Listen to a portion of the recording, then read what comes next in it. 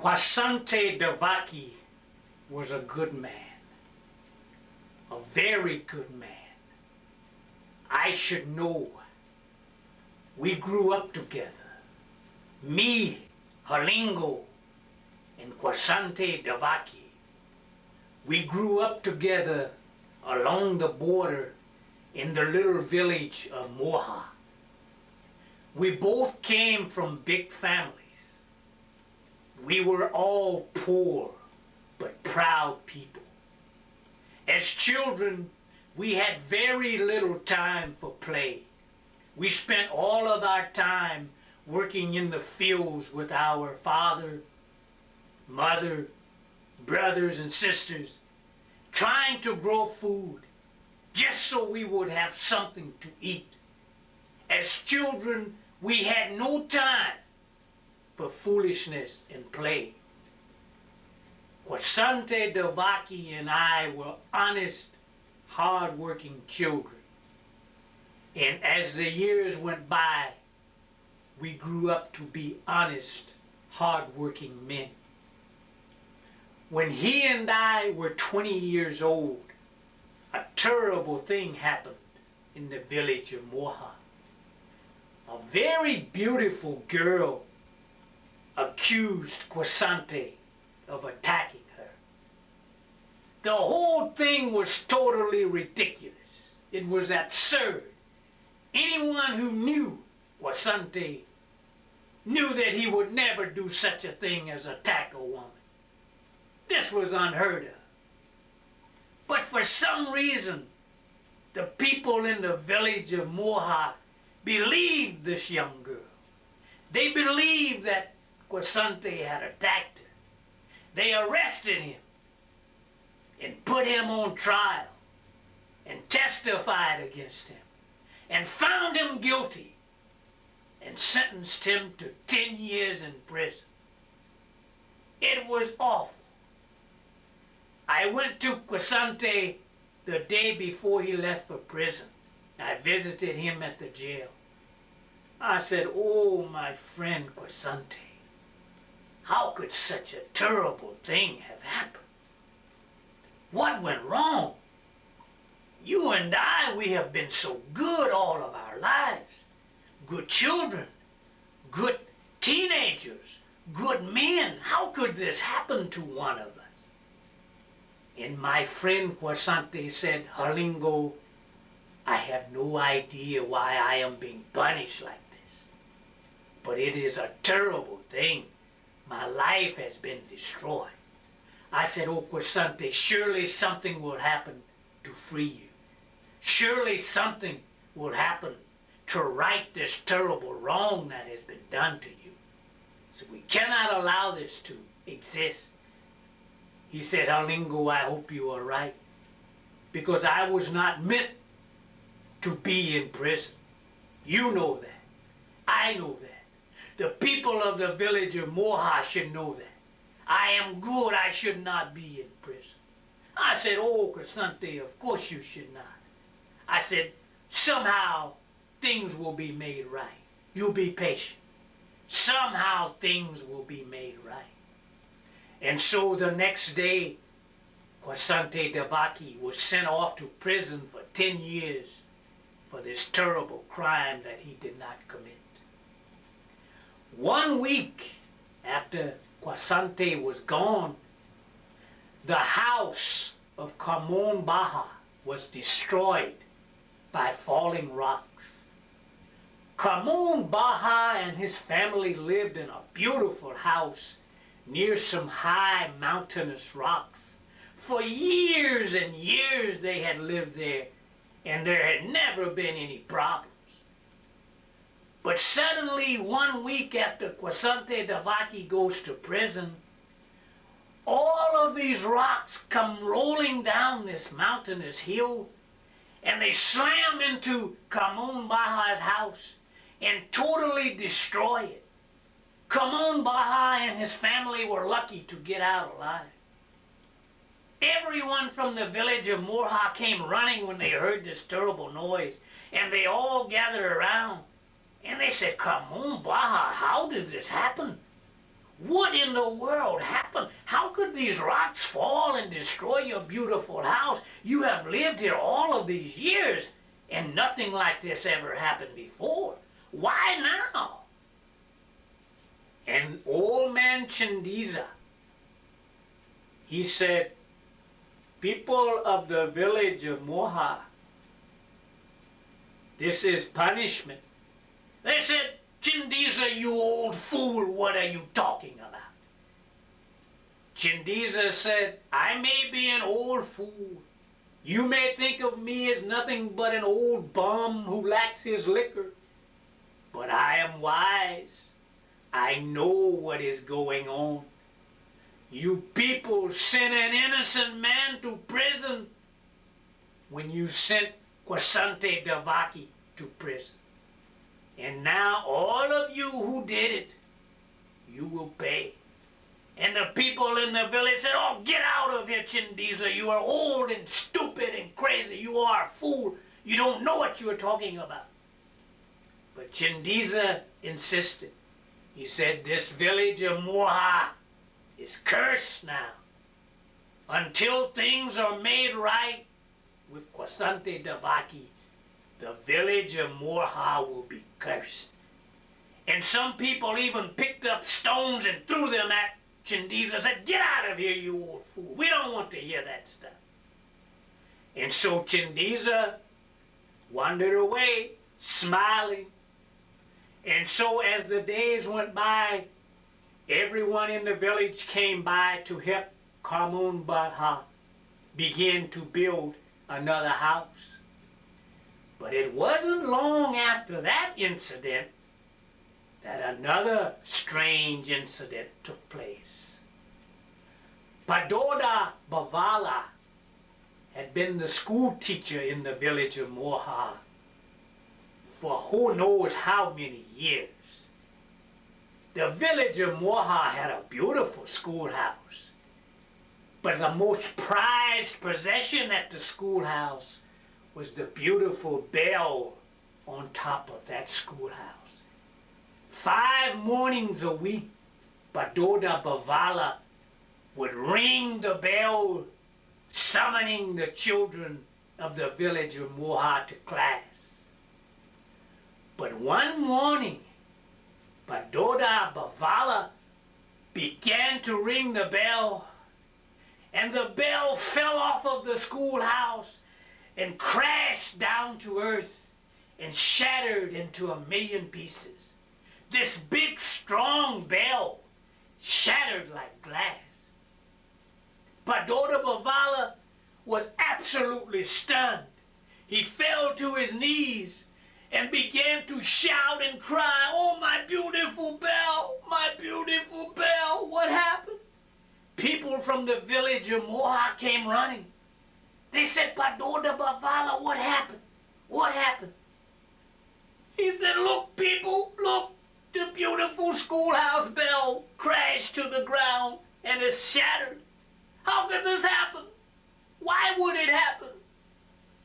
Once again, the old man Chindiza was in the crowd, and he stepped forward. He said, I told you people, you are being punished for what you did to Kwasuntay Divocki. This is a curse. And once again the people said, Chindiza, you old fool, you're here again. Get out. And they threw things at him and chased him away again. And they came over to Padoda Bavala. They said, don't worry, Padoda. We will get another bell for the school. Please, don't worry. We will get another bell. But Padoda was hard to console. He said, oh, but what a bell that was. Said, I had that bell so long. I treasured that bell. The children love that bell. Said, oh, how could this happen? How could our beautiful bell crash to earth and shatter like glass? It was so strong. It was made of such hard material. How could this happen? And once again, Chindiza, the old man, kind of smiled. He figured he knew why. He figured he knew why. And not long after that incident, another incident took place. There was a farmer in the village of Moha named Doman Kalota. He was a very good farmer, one of the best around. But suddenly one day, his plow horse bolted, was spooked by something, and it took off running, and it jerked the old man with it and dragged him all across his plowed field. Doman Kalota was hurt very badly. And everybody in the village of Moha came and looked at him and they said, Doman Kalota, oh my goodness, you have been hurt so bad. How could an accident like this happen to an experienced farmer like you? You are such a great farmer. And once again, out of the crowd stepped the old man, Chindiza. He said, I told you people, and I keep telling you people, it is the curse of Kwasuntay Divocki. You people wronged that man. You did a terrible thing to him. He was innocent, and you sent him to prison. And I keep telling you the village of Moha will pay for what they did to Kwasuntay Divocki. You will pay, people. But once again, the people turned on the old man Chindiza and they chased him away. But some of the people were beginning to wonder, does that old fool have a point? Could it be possible that we really are cursed because of what we did to Kwasuntay Divocki? To add credence to what the old man was saying, not long after that, a bureau went wild while being ridden by Paulo Bean. Paulo Bean was one of the best horsemen in the village of Moha. But he rode a burro. He did not particularly enjoy riding the horses anymore, so for years he had been riding a burro. And he had this burro so tame it was like a little cat or a tame dog or something. And everyone was shocked when they heard the news that Paulo Bean's burro had bolted along the roadside and thrown him down this steep hill. And he too was hurt very badly. And once again, the old man Chindiza arrived on the scene. And he lifted up Paulo Bean's head. He said, Paulo Bean, you will be all right. But you know why this happened, don't you? And Paulo Bean, through all of his pain, he said, no, no, what are you talking about, you old fool? And Chindiza said, you have become a victim of the curse of Kwasuntay Divocki. Said, I just want you to know that. You have become a victim of the curse of Kwasuntay Divocki. And then Chindiza laid his head back down and said, people, let the doctor in to take care of him. But Paulo Bean, this is why you have been injured today. And once again, Chindiza left the scene, but he was smiling. And more people were beginning to wonder, does that old fool know something? Does that old fool know something? It was not very long after that incident with the burro that people were sitting around the town square, and Tabor Ben Rosa came rushing into town, and he was all upset and just crazy out of his head. He said, people, you won't believe what happened. In the night, all of my sheep ran away. I am absolutely broke, penniless. I have nothing anymore. My whole livelihood is gone. And the people in the square said, oh, Tabor Ben Rosa, surely you are kidding us. He said, no, all of my sheep are gone. They just up and ran away in the night. What am I to do? What am I to do? And the people said, oh, Tabor, we don't know. But say, we will help you to look for your sheep if you want. He says, oh, please do. And so as many men and women and children as possible, they all marched out behind Tabor Ben Rosa, headed for the countryside to look for his sheep. And would you believe they looked for days and days, and there was no sign of his sheep. People said, how could so many sheep disappear as though they were lifted off of the face of the earth? Said, how could so many sheep just disappear? And out of this crowd once again came the old voice of Chindiza. He said, I know you people don't want to hear what I have to say. He said, I know you continue to think of me as an old drunken fool. He said, but I keep telling you, it is the curse of Kwasuntay Divocki. It is the curse of what you people did to that innocent man. And then once again Chindiza turned and left. And more people said, oh, that old fool is beginning to bother me a lot. He is beginning to bother me a lot because I am beginning to wonder if he may be right. Well, a few days later, once again, people were gathered in the town square, going about their business, and who should come rushing into town but Pipi Lupiza. He too was yelling and screaming crazy out of his head. And people said, Pipi Lupiza, what is wrong with you? He said, my goodness, just like Tabor Ben Rosa, all of his sheep ran away in the night. Now all of my cattle have run away in the night. And people said, oh, don't tell us that. Pipi Lupiza said, you got to be kidding. All of your cattle could not run away. He said, yes, all of my cattle have run away in the night. I am now poor, just like Tabor Ben Rosa. I have nothing. Everything I worked for all of my life is gone. Oh, my goodness. And so the people once again offered to go with him to look for his cattle. And he said, oh, please do, please do. Say, cattle are bigger than sheep. Maybe we can find the cattle even though we couldn't find the sheep. And so a big crowd of people followed Pipi Lupiza out of town, throughout the countryside, looking for his cattle. But just like the sheep, the cattle had disappeared off of the face of the earth, it seemed. It was absolutely amazing. People wandering around for days looking for a big herd of cattle, and they were nowhere. People said, oh, this is weird. This is strange. This is haunting. Said, oh, this cannot be. And somebody said, look, up on the hill. And they all looked up. And it was the old man Chindiza. And he was holding up a bottle of liquor. And he took a drink. And he waved at the people.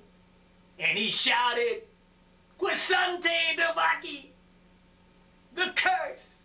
And then suddenly he disappeared. And that was all it took to get the people riled up.